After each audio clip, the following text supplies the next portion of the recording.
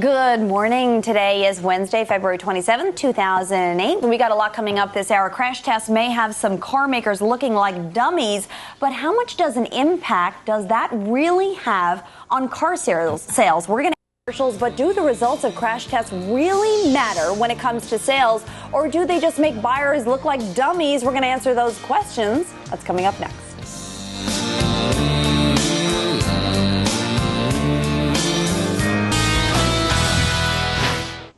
Welcome back. The 2009 Nissan Murano is the top safety pick for SUVs. That, according to the Insurance Institute for Highway Safety, which released its crash test results yesterday. Jeep's Liberty and Wrangler and the Kia Sorento were among the worst performers in the side test. But do these rankings have any effect on sales? Is it all about the deal? Here to answer these questions is our car coach, Lauren Fix. She's an automotive analyst and the author of Lauren Fix's Guide to Loving Your Car. And also joining us is Ernie Bach Jr. He's a car dealer in Massachusetts. Welcome to both of you. Lauren, let me start with you. Thank you. Now, we've looked at a few cars that had the good rating last year, and we found very little difference in sales, and in some cases, sales even went down instead of up. What does that tell you? Well, I think it makes people aware. I mean, when you see it on TV, it's quite impactful to watch those crash tests.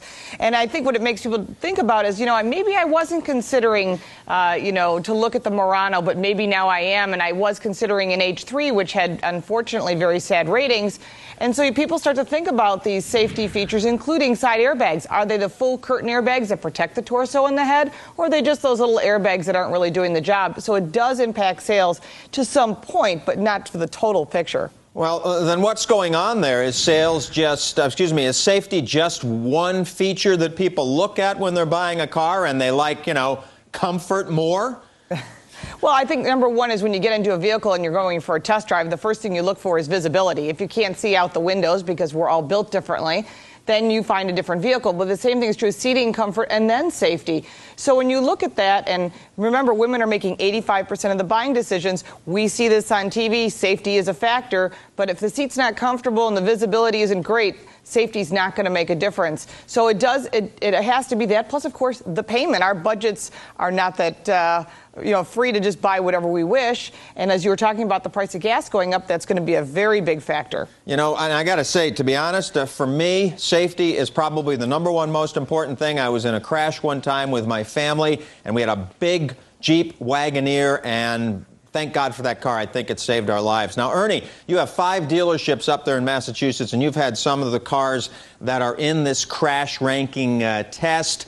What has been the impact on actual sales in the past? Well, every year these tests come out, and they mean a lot the week they come out. But as the time goes by, it's just another factor that people look at the vehicle for. Right? They're important, and people listen to them, but it's not the end all. All right, so they look at the stuff that Lauren was talking about the cost and the mileage and the luxury. Absolutely. And all those other factors. Yes, this is one factor, but the week it comes out, people are very, very aware, but it soon just becomes another factor in the vehicle. Well, has anybody, Ernie, come into any of your dealerships and actually said, hey, I saw these test results on TV, I want to buy one of those safe cars? Yes, it happens that way, and people come in and say, I had a deal on this car, and I just saw the crash test, and I don't want it anymore. But it's very, very small. And it only happens within, 10 days of the test when it's on TV. Lauren, Volvo always seems to get the highest marks for safety. I bought my very first car I ever bought was a Volvo for that reason. Why isn't Volvo the top seller? Well, that's a good question. I think that it's a matter of image as well. I mean, there's a lot of great safe vehicles out there. Audi puts together a great car. That's what I bought my daughter with, every possible safety feature I could get.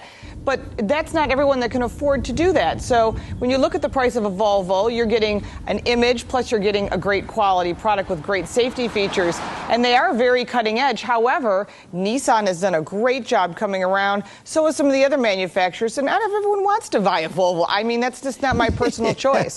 Yeah, your car is your badge. It makes a statement about you. Absolutely. I bought a Volvo because I'm a square.